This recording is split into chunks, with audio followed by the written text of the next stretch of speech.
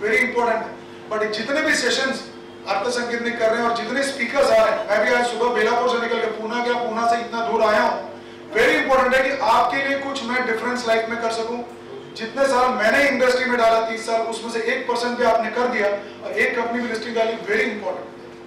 आज मेरे थ्रू करीब करीब 50 से 60 कंपनियां लिस्ट भी हुई हैं। आज 6 से 7,000 करोड़ का वेल्थ क्रिएशन मैंने किया, वो मेरे लिए कोई क्रेडिट निकाल नहीं सकते मेरे नाम से। Very important. जब भी मैंने अपना कैरियर देखा और 24 साल कैरियर मैंने म्यूचुअल फंड को दिया है, वो डिस्ट्रीब्यूशन ड्रिवन था। यहाँ पे मैं खुद कंपनीज निकालता हूँ, आज वो म्यूचुअल फंड कंपनी है, उस पर इन्वेस्ट कर रही है। आज वो लोग मेरे को फोन करते हैं, भाई कुछ अच्छा कंपनी है तो बताओ। वेरी इंपॉर्टेंट है कि क्या डिफरेंस कर सकते हैं आप। तो आप सोचिए कि 44 इयर्स में मैंने वो इंडस्ट्री छोड़ा और मेरे को क्लियरली दिख गया था कि I read a book called who move my चीज। उस टाइम पे कभी समझ में नहीं है, जब आप पढ़ते हैं नहीं समझ में आती।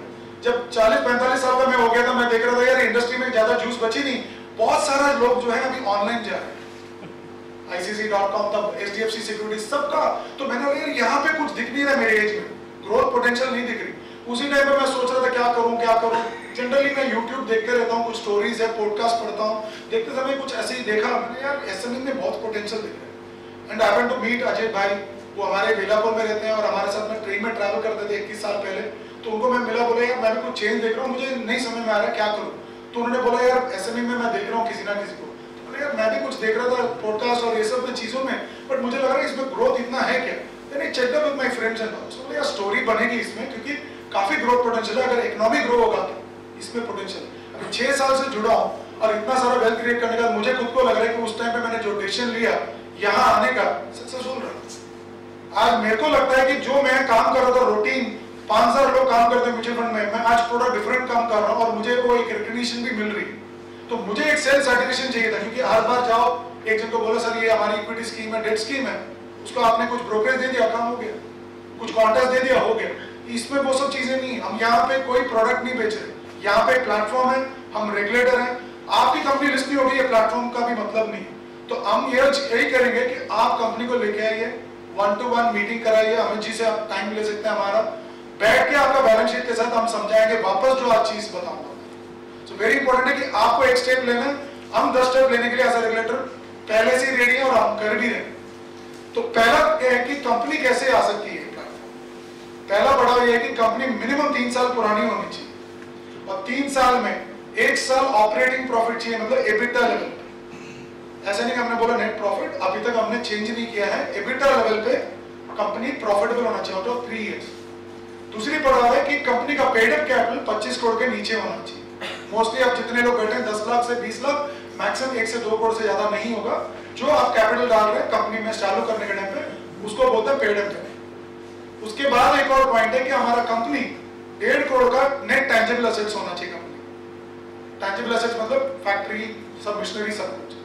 और एक पॉइंट क्या है कि इंपॉर्टेंट की कंपनी का वेबसाइट होना जरूरी है, क्योंकि निवेशक है या हम भी देखना चाहेंगे कंपनी क्या कर रही है, क्या फाइनेंशियल, कंपनी का प्रोडक्ट क्या समझने के लिए वेबसाइट होना जरूरी है। 5th पॉइंट, कंपनी का शेयर जो है फिजिकल सर्टिफिकेट से लेकर डीमैट फॉर्म में ही ट्रेड होगा compulsory. Last not the least, company का कोई भी लिटिगेशन नहीं होना चाहिए आपके अगेंस्ट में, कंपनी के अगेंस्ट में। चेंज ऑफ प्रमोटर जो है, अगर आज फाइलिंग कर रहे हैं 1 साल पहले, कोई चेंज ऑफ प्रमोटर नहीं होना चाहिए before filing 1 year of document with BSE। क्योंकि अगर चेंज हुआ है, ADC है और नया कोई डी आया और मेजर स्टेक होल्डर है, हम 1 साल तक वेट करेंगे कंपनी का परफॉर्मेंस कैसी है, कैसा फाइनेंशियल है, कैसा कर रहा है, ताकि निवेशक को कोई नुकसान नहीं। ठीक है, तो वेरी इंपॉर्टेंट पॉइंट ये है कि कंपनी का नेटवर्क पॉजिटिव होना जरूरी है। ये सिंपल क्राइटेरिया, कितने लोग सोच रहे हैं कि अपनी कंपनी को इस क्राइटेरिया में फिट बैठता है? 3 साल पुरानी है, नेटवर्क पॉजिटिव है, कल 3 जन, 4 जन, 5 जन, 7, 8 जन। तो वेरी इंपॉर्टेंट क्या है कि आपको ये क्राइटेरिया काफी सिंपल है और प्रोसेस भी सिंपल है, क्योंकि अगर रिनोव आगे बताएंगे आपको 3 से 3.5 महीने में कंपनी लिस्ट कर देते हैं। फॉर्मेट कौन सा है आपका? प्रोप्राइटरी हो सकता है, पार्टनरशिप हो सकता है, LLP है, प्राइवेट लिमिटेड है, सभी फॉर्मेट को लिस्ट करा सकते हैं, उसकी जानकारी वो देंगे। 3 से 3.5 महीने में कंपनी लिस्टिंग होती थी, पहले नहीं था। आज के तारीख में पॉसिबल है और हमने 449 कंपनीज BSE ने की है, जिसकी वैल्यूएशन आज 80,000 करोड़ है। ये हमारी लिस्टिंग क्राइटेरिया। इसमें आता है सबसे बड़ा मिथ है कि सर कंप्लायंस बहुत होगा। सही बात है, वही एक माइंडसेट है सर, बहुत ज्यादा काम बन जाएगा। यहाँ पे सेबी के रूल के हिसाब से कंपनी सेक्रेटरी रखना इंपॉर्टेंट है। तो जब आप अपना प्रोफेशनल्स को रख रहे हैं, आपका काम क्या है? बिजनेस बढ़ाना, प्रॉफिट और टर्नओवर, उसके अलावा कोई काम नहीं करना। आपका फोटे नहीं है तो आपको छोड़ के कंपनी सेक्रेटरी रखना है, जो कंपलसरी है, वो काम करेंगे आपका जितना भी कंप्लायंस का काम है, इसलिए आपको डरने की जरूरत नहीं। कंप्लायंस क्या है? पहली बात तो मेन बोर्ड में क्वार्टरली ऑडिटेड कंप्लायंस है, जो कि काफी मुश्किल और कॉस्ट ये है। यहाँ पे ऑफिशियली किया हुआ सेबी ने 6 monthly unaudited limited review audit committee का कॉपी देना है, जो कि आपका नॉर्मल सीए भी जो आपका अभी अकाउंट्स कर रहा है वो भी करके दे सकता है। अगर दिक्कत आ रही है, Renault there, he has a big team in Bombay, they are more than 90 years old organization, they will help you out to get it done। तो आपको और दिक्कत भी नहीं आएगी। ये जितनी भी कंपनी आई है वो स्ट्रगल करते हैं बैलेंस शीट से लेके सभी चीजों को उसको प्रॉपर वे में करके लेके आने के काम और रिस्पॉन्सिबिलिटी पर्सन बैंक करके। आज रिनम हमारे साथ में है, खुद वो 15-20 साल से मार्केट में है, काफी कंपनीज को लिस्ट कर चुके हैं, मेन बोर्ड और एसएमई, आपको पूरी डिटेल में बताएंगे वो और हैंड होल्ड भी करेंगे। तो ये होगी आपकी कंप्लायंस। अभी आ गया कि जीएसटी आने का ईयरली तो ऑडिटेड कर ही रहे हैं हम, तो एक ऑडिटेड कॉपी आपको अपलोड करनी है हमारी वेबसाइट में। सिंपल कंप्लायंस है, दिक्कत है आवाज ही नहीं आ रही। चाय हो चुकी, और एक बार चाय चाहिए तो बोल देता हूँ, मुझे और एक बार दे देंगे ताकि थोड़े से जाग जाए। आप देख लीजिए कि कंप्लायंस काफी रिलैक्स्ड है इसमें, ताकि सेबी भी चाहते हैं कि कंपनी आगे बढ़े, भागीदार को ज्यादा लोगों को लेके आए, शेयर होल्डर्स को बढ़ाएं, कंपनी को बर्डन नहीं है ईएमआई का। इसमें क्या कर रहे हैं आप? कागज बेच के पैसा ले रहे हैं, क्योंकि जितना भी एसेट्स है आपके कंपनी में वो कंपनी में रहेगी, जो प्रॉफिट है कंपनी में ही है। अगर आपने डिविडेंड दिया 75% किसके पास आएगा? एज अ प्रमोटर आपके पास ही आएगा, क्योंकि मार्केट में कितना वैल्यूएशन करना है? 25% पब्लिक में रहना जरूरी है सेबी एंड बीएसई का रेगुलेशन के हिसाब से। तो 25% कभी भी आप खरीद नहीं सकते, 75% आपके पास लाइफ लॉन्ग रहेगा जब तक कंपनी आपकी लिस्टेड है। तो अगर आपने 1 करोड़ का भी डिविडेंड दिया, जो टैक्स कट करके 75% जो है आपके पास ही आएगा, तो कोई दिक्कत नहीं है। जिस तरह आप कंपनी चला रहा है वैसे ही चला रहा है, और प्लस आपको बेनिफिट मिल रही है नया पैसे का जो आपकी कंपनी में इन्वेस्ट कर रहे हैं आपके नेक्स्ट लेवल ऑफ ग्रोथ के लिए, और वो कोई ईएमआई बर्डन भी नहीं कर रहे। अगर आपने 10 करोड़ का लोन लिया, पहले तो जाके 8-10 करोड़ का लैंड एंड मशीनरी पहले ढूंढना पड़ेगा, उसके बाद बैंक पूरा 40 पेज में साइन करके लेगी।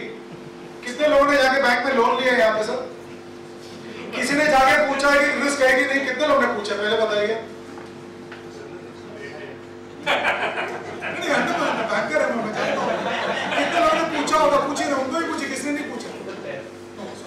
तो इम्पोर्टेंट क्या है? इम्पोर्टेंट क्या है कि आप जाके बैंक में सब प्रॉपर्टी मॉर्गेज करने का यस बैंक से आप पैसा लेते कभी पूछते नहीं, मार्केट आने के बाद क्या पूछते हैं? सर इसमें क्या रिस्क है? इंपॉर्टेंट है कि नहीं?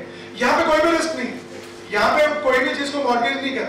यहाँ पे जो सिस्टम है वो बार्टर सिस्टम, जैसे जहाँ पे आपने लैंड और मशीनरी दिया, वो लिक्विड फंड देते हैं, उसको रख के आप जो है कंपनी को बढ़ाते हैं, जो ट्रेडिशनल वे में। अब यस बैंक भी लिस्टेड है, पहली बात वो भी समझिए है कि नहीं? जितने भी बैंक हैं, HDFC bank, SBI bank, everyone is listed. तो इंपॉर्टेंट ये है कि आपको माइंडसेट को चेंज करके, अरे मेरा कोई कंपनी हॉस्टेल टेक ओवर करेगा, कोई इंटरेस्ट नहीं है बॉस। आपकी 40 साल पुरानी कंपनी है, 90 साल पुरानी कंपनी है, किसी को इंटरेस्ट नहीं। अनलेस अनटिल आप एक्स्ट्राऑर्डिनरी काम करने वाले हैं, लिस्ट कीजिए, आपका वैल्यूएशन बढ़ेगा। अगर कंपनी 10,000 करोड़ की बनेगी, आपका भी 7,500 करोड़ का वैल्यूएशन बनेगा। 25,000 crore, let the people also make 2,500 crore. आज रिलायंस सोचा होता है कि मैं 1,500 करोड़ में नहीं करूंगा, मैं 1,000 करोड़ भी खुद ही रखूंगा, पॉसिबल नहीं, 25% डाइल्यूशन। आज वो 22 लाख करोड़ में से 38% लीगली मुकेश अंबानी का है। सोचिए कितना वेल्थ है उनके पास, इसलिए एंटीला का बड़ा बिल्डिंग बना के रखे। तो अगर हमको एंटीला भी नहीं बनाना, एटलीस्ट एक बड़ा बंगलो बनाने की अगर आप सोच रहे हैं एज एंटरप्रेन्योर, वेरी इंपॉर्टेंट है कि आपको लिस्ट करना पड़ेगा। तो पहला बेनिफिट क्या है कि आप विजिबल हो जाएंगे। आज जो हम स्मॉल स्केल इंडस्ट्रीज थाना में बैठे हैं दिशा में, किसी को पता ही नहीं था आज इवेंट से पहले। आप मेरे को नहीं जानते थे, आपको मैं नहीं जानता था, ना आप यस बैंक को जानते थे, ना रिनो को जानते थे। इंपॉर्टेंट ये है कि आपको विजिबल होने के लिए लिस्ट होना पड़ेगा, क्योंकि अभी आप क्या कर रहे हैं, एक छोटा सा जगह में गली क्रिकेट खेल रहे हैं, वहां पे आपने 100-200 रन 500 रन बना लिया, बोलेंगे बीसीसीआई ले लो, नहीं ले। तो इंपॉर्टेंट ये है कि ये जो इन्वेस्टर्स हैं, फ्रेटर्निटी है, उनको कौन सा फॉर्मेट पता है? लिस्टेड फॉर्मेट पता है, क्योंकि आपके बैलेंस शीट में अनलिस्टेड में क्या कर रहे हैं नहीं कर रहे हैं आपको और चार्टर्ड उनको पता है, हमको नहीं पता है। सेम वे इन्वेस्टर को नहीं पता। तो आपको क्या बोल रहे हैं कि ये 2 साल ये प्लेटफॉर्म में आप वो फॉर्मेट में खेलिए जो बीसीसीआई रिकॉग्नाइज करता है। कौन सा फॉर्मेट है वो? Deodar trophy, Ranji trophy, IPL, इसमें खेलने का वो देख सकते हैं कि कौन सा प्लेयर और कौन सा क्वालिटी प्लेयर के अगेंस्ट में आप खेल रहे हैं। सो वेरी इंपॉर्टेंट है कि इन्वेस्टर फ्रेटर्निटी को एक ही फॉर्मेट पता है, that is your listed format. तो ये प्लेटफॉर्म हम प्रोवाइड इसलिए कर रहे हैं कि आप आके इसमें 2 साल अपना परफॉर्मेंस दिखाइए। एक ही चीज मार्केट में बिकती है, वो है ट्रस्ट। तो ट्रस्ट क्रिएट कीजिए, पैसा मिलना कोई दिक्कत ही नहीं। मार्केट में 2 लाख से लेके 10 लाख करोड़ मार्केट में पड़ी। अगर मैं देखूं रिसेंटली हमारा पूना बेस्ड कंपनी है द्रोणाचार्य, 35 करोड़ का इशू था, उसमें 6000 करोड़ का पैसा चेजिंग कर रहा। अभी हम देख रहे हैं कि 200 टाइम 300 टाइम तो नॉर्मल सब्सक्रिप्शन लेवल बढ़ चुका है, क्योंकि उतना पैसा है मार्केट में। क्यों? इंपॉर्टेंट ये है कि आज बैंक एफडी 7-7.25% दे रहे हैं, तो उनको 7% इन्फ्लेशन पिंच हो रही है। वो चाहते हैं कि कैसे भी करके मैं वेल्थ क्रिएशन में आऊं। तो हम बोल रहे हैं अभी कि आप टैक्सेशन मॉडल से बाहर आइए, वेल्थ क्रिएशन मॉडल में आइए, और आपका जितना प्रॉफिट है, टर्नओवर है, प्रॉपर बैलेंस शीट में लाइए। तो फिर आप देखिए कि ये कैसा मैजिक होता है मार्केट में, कि कितना वैल्यूएशन जितनी कंपनी ने किया है ये आपके लिए भी पॉसिबल। आदित्य विजन बिहार में बेस्ड कंपनी है, 15 रुपए में आया होगा, करीब करीब 10-12 करोड़ या 15 करोड़ का वैल्यूएशन में आया होगा 6-7 साल पहले। आज की भाव 2300 है।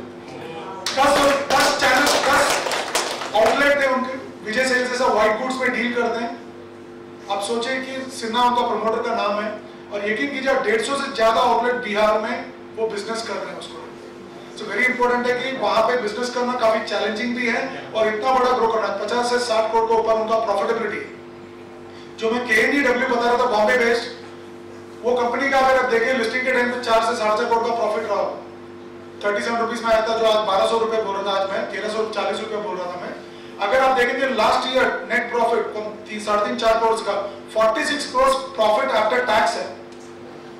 तो इंपॉर्टेंट ये है कि वो आदमी समझ चुका था कि बॉस, ये अगर मैं 40-45 करोड़ रुपए बैलेंस शीट में रखता अनलिस्टेड में, उतना ही होता। आज वो 40 करोड़ रुपए 46 करोड़ दिखाने का आज उसको कितना वेल्थ मिल रहा है? 1300 करोड़ 1200 करोड़ का वेल्थ क्रिएशन। आज उस 1300 करोड़ में से उसका 75% है। आप सोचिए कि 46 करोड़ तो 46 ही था ना, उतना ही प्रॉफिट था कंपनी में, वो लेके जाता, खुद खा लेता, जो भी करता, उसका खुद का कंपनी थी। लिस्टेड होने की वजह से आज उसके पास रिस्पॉन्सिबिलिटी है, बट मार्केट ने क्या उसको रिकॉग्नाइज करके दिया?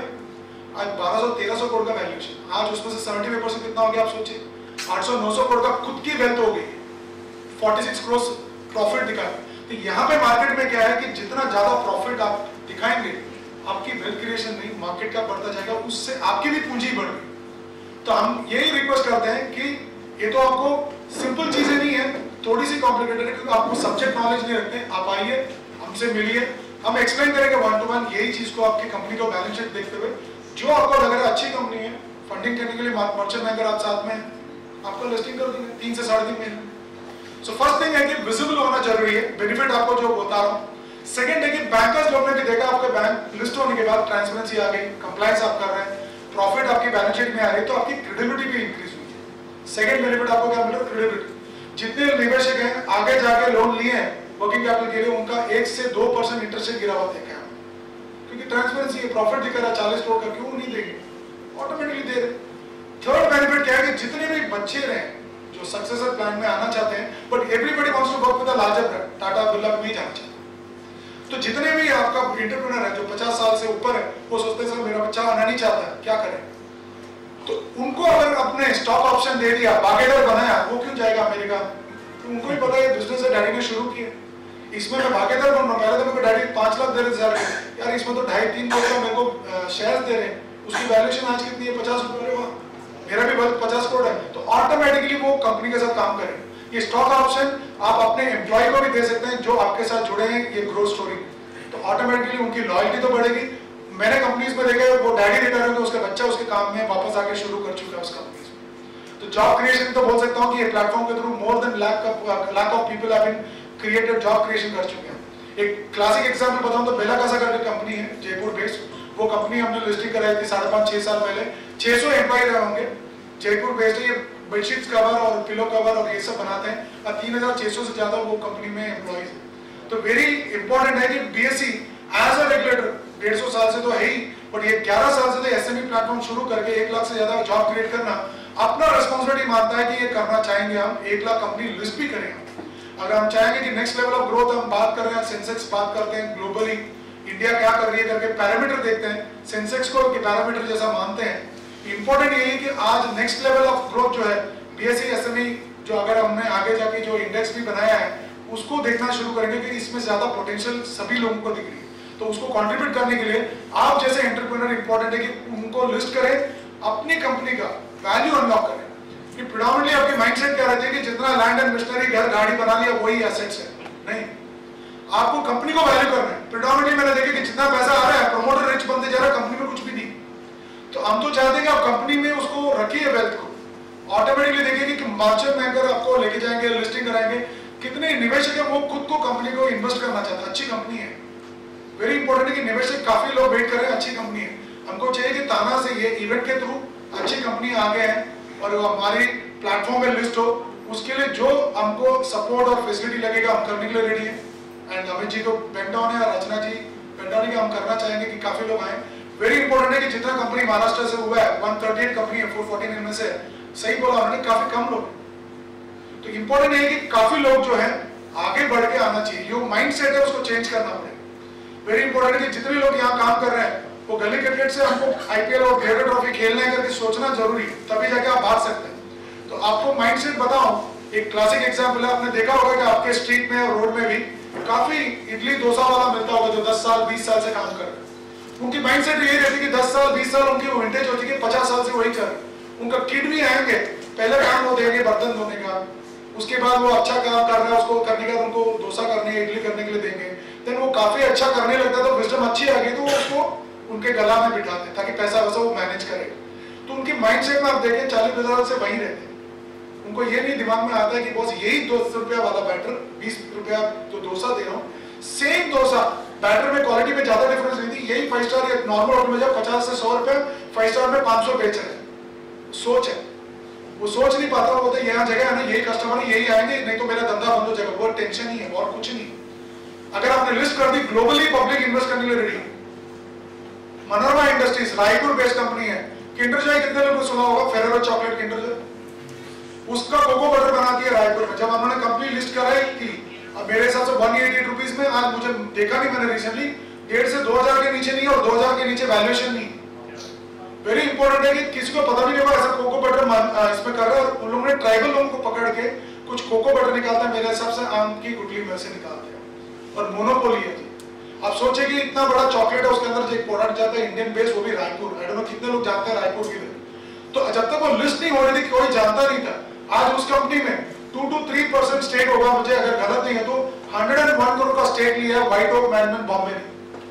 उसके सीईओ मेरे दोस्त है आशीष सोमया, ये मेरे साथ काम करते थे आईसीसी म्यूचुअल फंड। अगर वो लिस्ट ही नहीं होता तो वो कंपनी को 100 करोड़ रुपया, सोचिए 2 से 3% में अगर 101 करोड़ रुपया मिल रहा तो वो कैसा ग्रो है 3 से 5 साल। सभी चीजों का आपको टाइम देना हो। इंपॉर्टेंट ये है तो टाइम अपने बिजनेस के लिए मार्केट में भी 2 से 3 साल टाइम दीजिए, ऑटोमेटिकली आपकी कंपनी की वैल्यूएशन 100 क्या 1000 क्या लाख करोड़ 100% बनेगा। आप खाली रेगुलेटरी फर्म में काम कीजिए। We are ready to help you out, we would like to meet you 1-to-1। मैंने जो आगे भी बोला है, इसमें कोई बड़ा रॉकेट साइंस नहीं कि आपको बहुत डिफिकल्ट है, हम गाइड करेंगे। आप जो भी चीजें होंगे आपके साथ बैठ के समझेंगे, उसके साथ मर्चेंट बैंकर का भी ओपिनियन लेंगे, लीगल का लेंगे, उसके बाद लिस्ट करेंगे। तो पहले आप समझिए क्या रिस्क है क्या है नहीं है, वेरी इंपॉर्टेंट है। तो with this thanks all of you. I don't want to go because already we have 2 more speakers. Thanks once again to all of you. For